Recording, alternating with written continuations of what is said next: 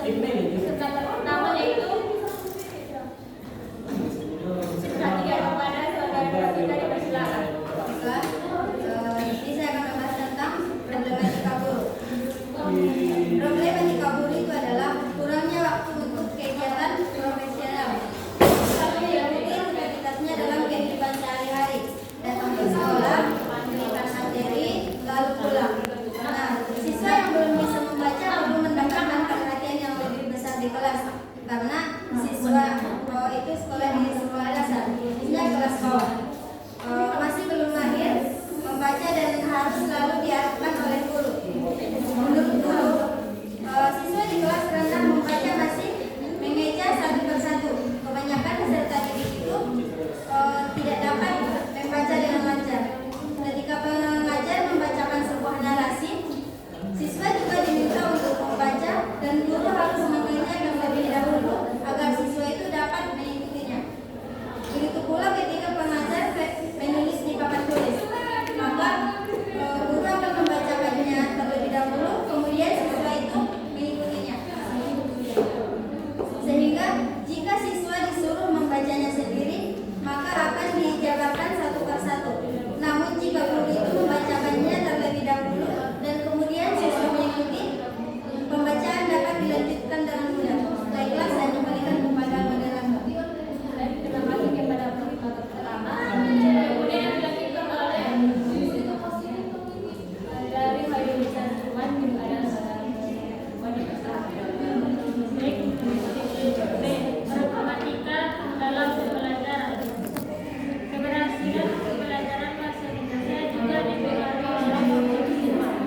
Beberapa problem yang relatif terjadi pada siswa yang sedang mempelajari bahasa Indonesia dikategorikan ke dalam dua faktor, yakni faktor internal dan faktor eksternal.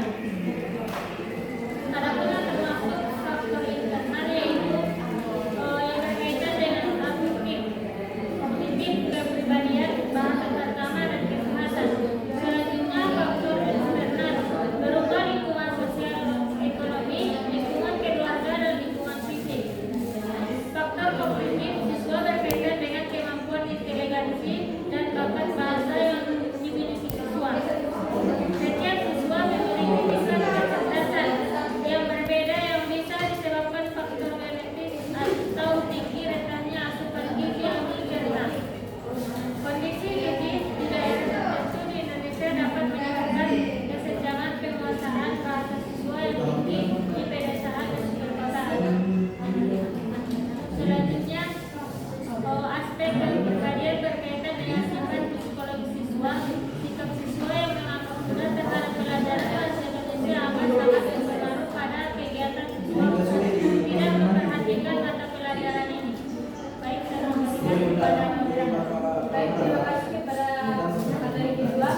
Kemudian yang akan melanjutkan untuk materi ketiga saudara Indonesia kepada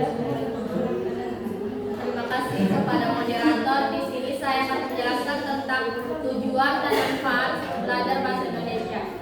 Yang dimana mata pembelajaran bahasa Indonesia ini di berbagai sekolah memiliki tujuan umum yang meliputi: pertama, menumbuhkan kesetiaan terhadap bahasa Indonesia; yang kedua, menumbuhkan kebanggaan terhadap bahasa Indonesia; yang ketiga, menumbuhkan dan memelihara kesadaran akan adanya norma bahasa Indonesia. Selain tujuan umum, mata pelajaran bahasa Indonesia ini juga memiliki tujuan khusus. Secara khusus, pelajaran ini bertujuan bagi siswa terampil dalam menggunakan bahasa Indonesia dengan baik dan benar. Baik apakah itu secara lisan ataupun tertulis. Sebagai pengungkapan gagasan ilmiah, jika dilihat dari tujuan diberikannya mata pelajaran ini, sebenarnya cukup jelas sebagai apalagi di zaman seperti ini, khususnya anak muda generasi penerus bangsa saat ini kurang sadar akan pentingnya berbahasa Indonesia yang baik dan benar. Manfaat mempelajari bahasa Indonesia secara umum.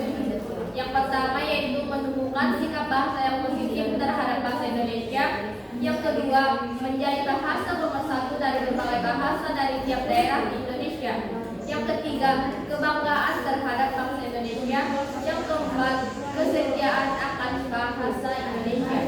Yang terakhir yaitu yang kelima, meningkatkan kesadaran akan adanya norma dalam bahasa dan secara khusus standar kompetensi mata pelajaran bahasa Indonesia dan sastra Indonesia di SMA atas dua aspek, yaitu aspek kemampuan berbahasa dan kemampuan bersastra. Aspek kemampuan berbahasa dan bersastra masing-masing terbagi atas sub-aspek, yaitu mendengarkan, berbicara, membaca, dan menulis. Sekian saya kembalikan kepada moderator.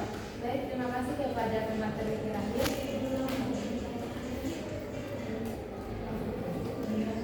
Demikianlah presentasi dari kelompok 4 Program Alimat. Assalamualaikum warahmatullahi wabarakatuh. Waalaikumsalam warahmatullahi wabarakatuh.